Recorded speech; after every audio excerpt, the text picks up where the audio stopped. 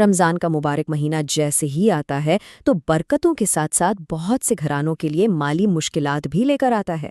آپ جانتے ہیں اس مہینے میں خرچے بڑھ جاتے ہیں، تو ایسے میں حکومتوں کا کردار بہت اہم ہو جاتا ہے کہ وہ عوام کو کچھ ریلیف دیں۔ چلیں آج دیکھتے ہیں کہ اس سال صوبائی حکومتیں اپنے عوام کے لیے کیا خاص امدادی پیکیجز لا رہی ہیں۔ تو سب سے بڑا سوال یہی ہے کہ اس رمضان میں کیا کچھ نیا ہو رہا ہے۔ خاص طور پر خیبر پختونخوا اور پنجاب کی حکومتیں کم آمدنی والے گھرانوں کی مدد کے لیے میدان میں اتری ہیں۔ آئیے ذرا ان کے منصوبوں کو قریب سے دیکھتے ہیں اور سمجھتے ہیں کہ یہ امداد کس شکل میں اور کیسے دی جا رہی ہے۔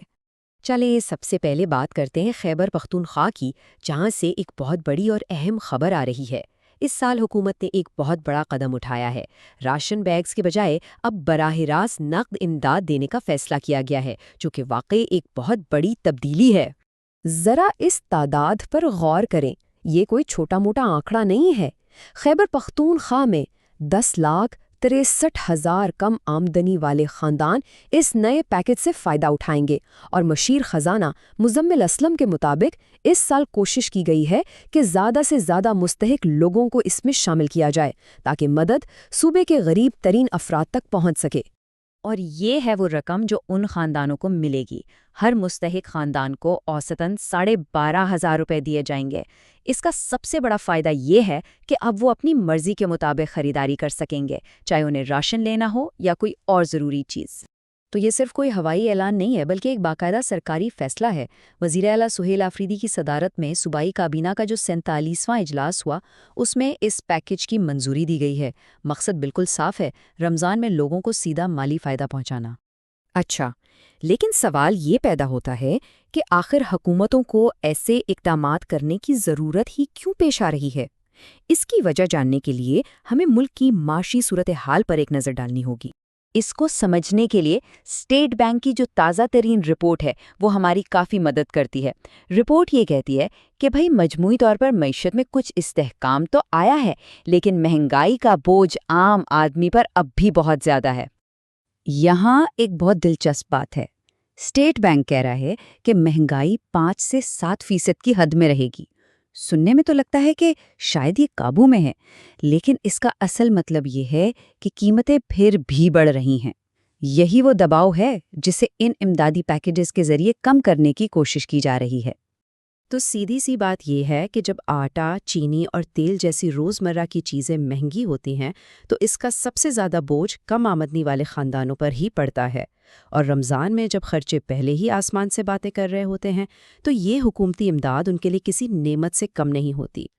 چلیں واپس چلتے ہیں خیبر پختونخوا کے پیکیج کی طرف اور دیکھتے ہیں کہ اس میں اور کیا خاص ہے۔ یہ ایک بہت ہی اہم نکتہ ہے۔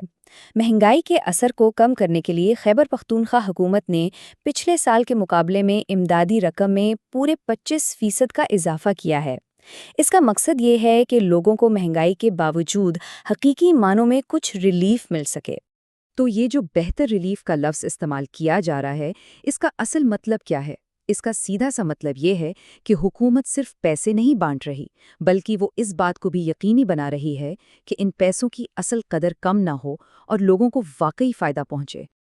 اچھا، یہ تو ہوئی خیبر پختونخوا کی بات۔ اب ذرا پنجاب پر بھی نظر ڈالتے ہیں اور دیکھتے ہیں کہ وہاں عوام کو ریلیف دینے کے لیے کیا ہو رہا ہے۔ ان کا طریقہ کار کے پی سے تھوڑا سا مختلف ہے۔ یہ ٹیبل دیکھیں تو دونوں صوبوں کی حکمت عملی کا فرق بالکل صاف نظر آ جاتا ہے۔ خیبر پختونخوا ہر خاندان کو زیادہ پیسے یعنی 12,500 روپے دے رہا ہے، جبکہ پنجاب کم نقد رقم یعنی 10,000 روپے کے ساتھ زیادہ خاندانوں تک پہنچنے کی کوشش کر رہا ہے، اور ساتھ ہی وہ رمضان بازاروں کے ذریعے سستی اشیاء بھی فراہم کر رہا ہے۔ تو یہاں ہمیں دو الگ الگ سوچیں نظر آ رہی ہیں۔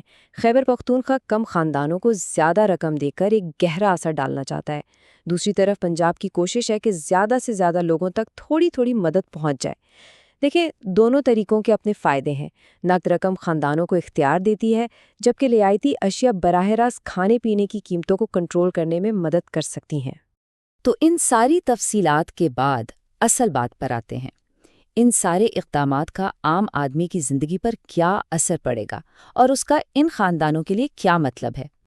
دیکھیں آخر میں بات ان 4 نکات پر آ کر ختم ہوتی ہے۔ چاہے خیبر پختونخوا ہو یا پنجاب، مقصد ایک ہی ہے، غریبوں کا سہارا بننا، اس مقدس مہینے میں ان کے لیے کھانے کا انتظام یقینی بنانا، مہنگائی کے اثر کو کم کرنا، اور سب سے اہم بات، یہ ساری مدد عزت اور شفافیت کے ساتھ فراہم کرنا۔ اور آخر میں ایک بڑا سوال، یہ رمضان پیکیجز وقتی طور پر بہت ضروری ہیں اور بہت سے لوگوں کے لیے ایک بڑا سہارا بھی ہیں، لیکن کیا یہ عارضی مدد لمبے عرصے کے معاشی مسائل کا کوئی پائیدار حل ہے؟ یہ ایک ایسا سوال ہے جس پر ہم سب کو مل کر سوچنے کی ضرورت ہے۔